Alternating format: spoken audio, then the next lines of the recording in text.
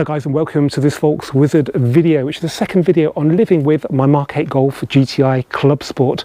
The first video was posted a couple of months ago when the car had done about 2,500 miles. It's now done just over 5,000 in about 4.5 months. In that first video, I explained to you there are a number of issues with the car that I'd hoped would be resolved by a software update, and that has now been done by Mk8 Volkswagen in Cheltenham, and I've had the car about a week and done about 500 miles since then. So in today's video I want to explain to you what that software update has fixed and what it hasn't fixed. But before we do that, let me give you a quick summary of my time with this car. Okay, I bought this car, my Mk8 Golf GTI Clubsport, on the 1st of March 2021, so that was about 4.5 months ago. It replaced my Mark 7.5 Golf GTI TCR 3-door. I'd had that for the previous 9 months. I loved that car, but as soon as I drove a Mk8, it was only the 245 PS GTI. I knew the chassis was in a different league, and whilst most of my driving is on the motorway to and from work, there's a really good stretch between here and the motorway where you can really enjoy a car that handles well, and I really wanted to enjoy Mk8s on those roads. The Clubsport had been announced, but I never really thought I'd buy one so quickly, because when the new car comes out and the reviews were pretty good, you don't tend to get much of a discount. But we live in strange times. The end of 2020, going into lockdown again in 2021, meant that a lot of these cars that had arrived unordered, just arrived for dealer stock, were not in particularly high demand. So I put it to Lee at Mk8 Volkswagen Cheltenham to do me a deal that matched Drive the Deal. Had to be a silver car because I'd driven a silver car in the December, thanks to Lee, and the deal was done. So I got the car then, and that was about 5,000 miles ago. I've got to know it pretty well. Now, a couple of little stats you might be interested in is that the tyres have been on this car for now, well, they're about 3,500 miles when it went to Volkswagen just over a week ago, and they said they'd lost 2 mil of tread in that time. So they're roughly set to last about 10,000 miles. They're Goodyear Eagle F1 asymmetric 5s, which I don't think is too bad because they grip really well, and they do get a bit of a pasting on the roads around here pretty much every day. So yeah, I'm quite happy with those. Really good news is that oil consumption is non-existent. So I checked it a few weeks ago. I mean, I checked it every month really. Nothing. And when it went into Volkswagen 10 days ago, they said it was full. I've not put anything in it at all. So that's a really good sign. Volkswagen engines don't tend to use oil, but the running in can have an effect on how much they use. And there have been issues with early EA888 engines that were used in the Audi A5 that really used loads of oil, like they're almost like dual fuel cars with petrol and oil. Also some of the old EA113s and the Mark 5s and Mark 6 edition 35s, they can use oil. So it's good to know this car seems to be pretty brilliant in that area. Other little issues that I mentioned in the first video that are still outstanding, and nobody's tried to fix some of the suspension creak. That happens again once every journey. It's primarily when the suspension's stretched, so you go over a hump and the spring will relax, and that's when you get this creak. The alarm that went off in error in the April, that actually did it again here since my last video, but it's not done it again since, so we'll just say that was just one of those things. Maybe there was a fly inside the car or something. The mode button on the dash that had been dead at the end of March and the end of April as well, that's been perfect ever since. So nobody's looked at those. They've kind of fixed themselves. You might remember this car is on its third windscreen now. That's quite a lot of windscreens for a car that's done just 5,000 miles. It got a crack very early on its life, probably end of March, and then that was replaced, but the screen was scratched, so they had to replace that again, and that was done at the end of April. So we've had May and June, 2.5 months without another windscreen, but I did pick up a chip. But luckily, before I could attempt to repair it myself with the Rain-X kit I'd bought for the previous one, the guys that replaced the windscreen, Clearview from Redditch, came round and repaired it, and I swear to God I was amazed. There was just a little spot where you could see the impact of the stone had been, but it was pretty much invisible. The tiniest insect would have looked the same, so I was pretty pleased about that. The only non-software related issue with this car is quite an interesting one. When I sold my Mark 7.5 GTI TCR, it creaked from the back seats over just the shallowest of bumps, and this car didn't do it for a bit, which I was really pleased about, but then it started doing it, probably because I'd folded the seats down maybe a couple of times.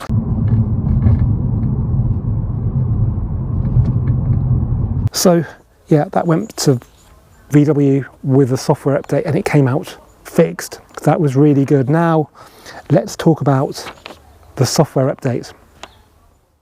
If you watched the first video where I talk about living with a Clubsport, you know I had a couple of little niggles, but nothing that urgent that made me want to get the car booked in with a Volkswagen. Well, that all changed a month after I made that video in mid-June, when I had a problem that I needed to get looked at pretty quickly because I felt it was a bit of a safety issue. Now, I'm sure you guys are familiar with adaptive cruise control. It's been around for years. On Mark 8, it also uses traffic signs to control your speed. So if you're doing 70 and you go past a sign that says 60 or 50 or whatever, 40, 30, it will slow the car down to that speed. If you then go past one that's higher, it will take you up to that speed. It's by no means a perfect system because it can't work perfectly, because there are other things it will read in error that will adapt your speed. It works well enough to be worth using. That's why I was using it when this new problem arose. I was driving down the outside lane of the M40 on my way home. It was a busy rush hour. I had traffic in front of me and behind me, and the car had read a national speed limit sign, a de-restricted sign, just as you go from the M42 to the M40, and set the speed to 70. Before I know it, it suddenly slowed me down to 44 miles an hour. The speed that the cruise control has programmed had changed from 70 to 44, and the car is slowing down in the outside lane of a busy motorway. Now, it's not particularly abrupt with its slowing down, but it's still a bit of a shock when it does happen, especially when you're on a busy motorway. You can just accelerate through and get back to the speed you want. When I got off the motorway, the car read a 50 mile an hour sign, and shortly after that it started to slow me down to 33 miles per hour, and I had enough time to watch it slow me down from 50 to 33, then back up to 50, then back down to 33, back up to 50, probably about every 15 to 20 seconds. As you can imagine, that was pretty annoying. So I got onto Volkswagen, booked in. It took about 3 weeks to get the car looked at. I got it back on the Friday, which was about 10 days ago, and on the Monday, or could have even been the Sunday, it started to do that again. This time I was doing 70 and it went down to 44, just like it did before, but I was on the A14 dual carriageway near Felixstowe in Suffolk, and it was pretty quiet. And even though I got to roundabouts and stopped dead, if I pressed resume for the cruise to go back up to 70, I could then replicate the fault and it would come down to 44. I had a passenger with me who was able to film that. I'll show you that footage right now. So I'm not touching anything. The cruise was set to 70 miles an hour and it's switching to 44. That's perfect.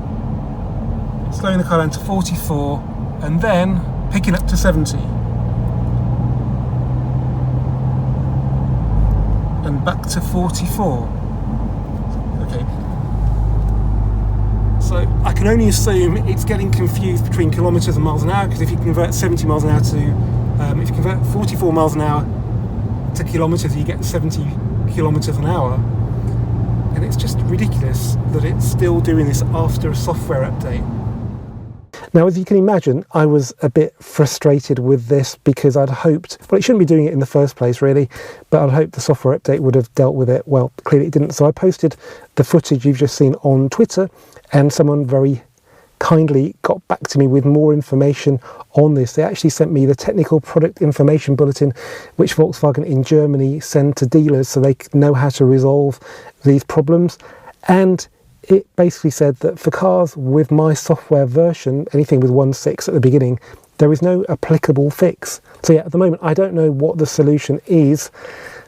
I think I need to fill out a questionnaire to inform VW of what's happening when, and then with that, they can then log it and realise there is a fix needed. But at the moment, I don't know. If you work for Volkswagen and you know what the fix is, if there is one, then please do get in touch. The parking sensors were the original fault this car had as soon as I drove it off the forecourt on the day when it was brand new, and the day I picked it up following the software update, it logged the parking sensor fault. So they stopped working.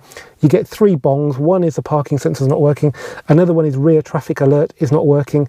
That means that it can help you tell you if a car's coming along when you're going to reverse into it when you're backing out of a parking space. Really useful. There's another one. You get these 3 bongs in close succession. A couple of days ago, it only did the rear traffic alert bong but the parking sensors carried on working. So I guess you could say that's progress. There is another left-hand drive, right-hand drive bug that this car's got. Now, if you use adaptive cruise control and you're in the left-hand lane of a motorway and there's a car in the middle lane, these later versions won't let you undertake that car, which is brilliant. But this car seems to be doing that when you're in the outside lane and there's something in the middle lane. So you could be approaching a lorry at 70, it will sense a lorry in the middle lane and it will slow you down to their speed. It actually shows you it's doing this on the display for assist systems. Now, I can only assume it thinks that you being on the right of the vehicle means that you're undertaking it, because that is what it would do if you're in Germany or anywhere where you drive on the right. So that's really annoying. In fact, that's probably more dangerous than the kilometre per hour, mile per hour bug the car's also got. And I've experienced that on a VW UK press car as well, Golf R. So it's not just this car doing that. And yeah, that's pretty bad. And it still does it following the software update. Another weird one that I can't tell you if it's been resolved because it involves driving on a particular road that I haven't done since I picked the car up 10 days ago. I'll be driving down a stretch of the M42 every day. You'd hear a click click through the speakers, which means the server connection for the car to VW servers has gone, and then the icon on the screen that says you're giving out your location vanishes as well.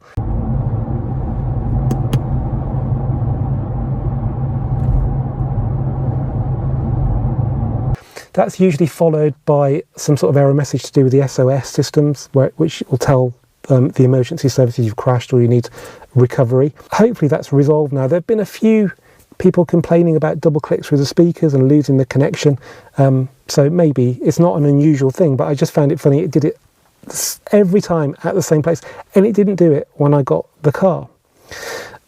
In the first video I said I had problems connecting to the car with the VW Connect app. Generally that's been pretty good, but you can't allow for the car not being in a 4G zone, because if it's not able to connect, you can't connect to it. But generally it's been pretty good, although unfortunately my average MPG figure has vanished, so I can't tell you the long-term MPG on this car, which is a bit annoying. But it's done nearly 45 miles to the gallon, sometimes I think 44.9 it did the other day, so it's really loosened up nicely. Keyless entry, it's good to be positive. It works really, really well now. It was always a bit intermittent and I didn't know whether I'd locked it with a key, which meant I had to unlock it with a key or what, but now it's great, and I've set it to unlock when I get close to the car, which is a really nice touch. When we were away, it was really, really handy.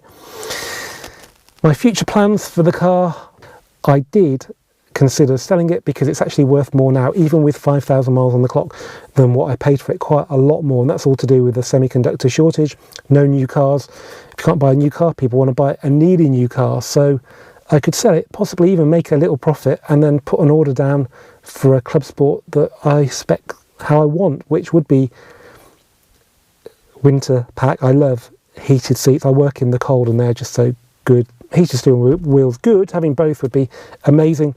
DCC, I would order just because it's cheap at 795 quid. It doesn't make the car very comfortable when you drive it around town. It's just as harsh with that. But I think with the ring mode and what it does on B roads in that mode, I think it's worth paying extra for. But I'm not particularly bothered really if I have it or not. I wouldn't order another car just for that. But winter pack, I would definitely love. And Estorils, yeah. I mean, I've got these wheels, I like them a lot, and would I like Estorils more? Maybe not. So really just to get winter pack to change, I wouldn't even be able to have silver. I have to stick with white because then I'd be into the luxury car tax. And the problem is I got a cracking deal on this car when I bought it, because there are a lot of cars that had just been shipped here with no options on them, and we were under lockdown. So I told Lee at Cheltenham Volkswagen to match drive the deal, and he did me a deal that was about 17% off. Now drive the deal are quoting about 14% off, and I'd have to wait about 6 months for it to come. So with less discounts, more spec, the monthly payment does go up quite a big chunk. It's under £450 now. I didn't put any deposit down, it was just a deposit contribution. It would be over 500, so it's going to stick around for quite a bit of time. And I really do love it. I know I had some niggles. It's very important that I tell you that I really do enjoy driving this car. I drove it back from Suffolk to here in Warwickshire yesterday while you were probably watching the Euro 2020 final, and I had a really good drive. Right, anyway guys, thanks for watching this FAULTS Wizard video. If you've enjoyed it, please do give it a thumbs up. As ever, please do comment, please do share. Please do subscribe. They've slowed down a lot recently and I really should promote them more. So please, there's still lots of views from people who aren't subscribed. So please just click that subscription button, click the notification button, and I'll see you for the next one very soon.